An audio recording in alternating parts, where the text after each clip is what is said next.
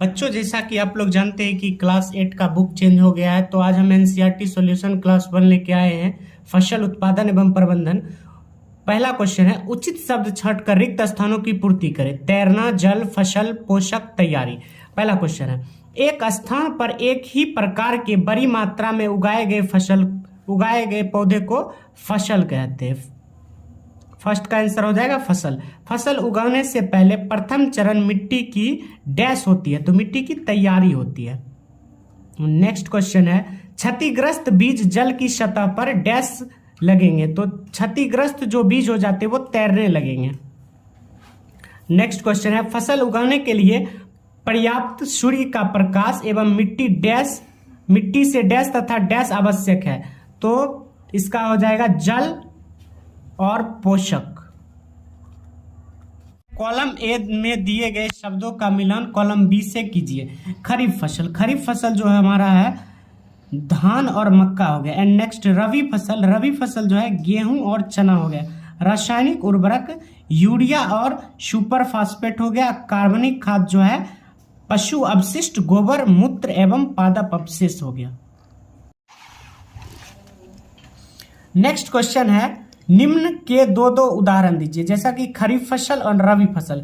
खरीफ फसल के उदाहरण धान और मक्का हो गए, रबी फसल के उदाहरण गेहूं और चना हो गए।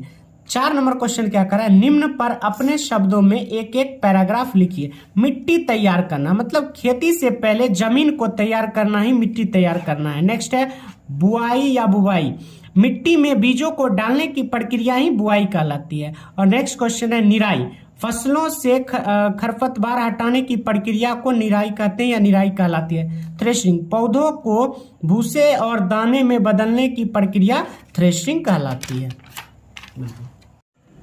नेक्स्ट क्वेश्चन है, स्पष्ट कीजिए उर्वरक और खाद से किस प्रकार भिन्न है।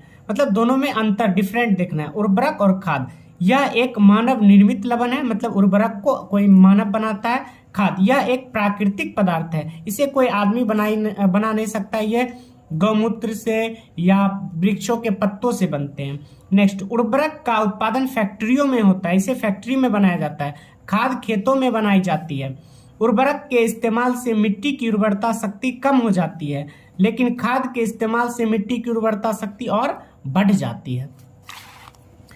नेक्स्ट क्वेश्चन है 6 नंबर, सिंचाई किसे कहते हैं। जल संरक्षित करने वाली सिंचाई की 2 विधियों का वर्णन कीजिए। फसलों में समय समय पर पानी देने की प्रक्रिया ही सिंचाई कहलाती है।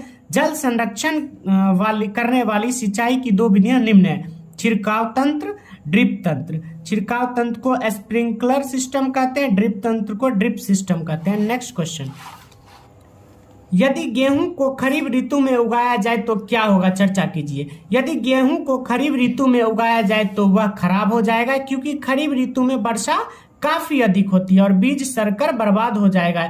यही कारण है कि गेहूं को खरीफ ऋतु में नहीं उगाया जाता है। और अगला क्वेश्चन है ये, खेत में लगातार फसल उगाने से मिट्टी पर क्या प्रभाव पड़ता है, व्याख्या कीजिए। खेत में लगातार फसल उगाने से मिट्टी की उर्वरता शक्ति कम हो जाती है। इसे दूर करने के लिए फसल चक्रण या खाद का इस्तेमाल करना चाहिए। फसल चक्रण मतलब एक ही खेत में पूरे साल में अलग अलग खेती की, जैसे कि गेहूं कटा तो फिर मकई रोप दिए, मकई कटा तो आलू रोप दिए, इसे ही फसल चक्रण कहते हैं।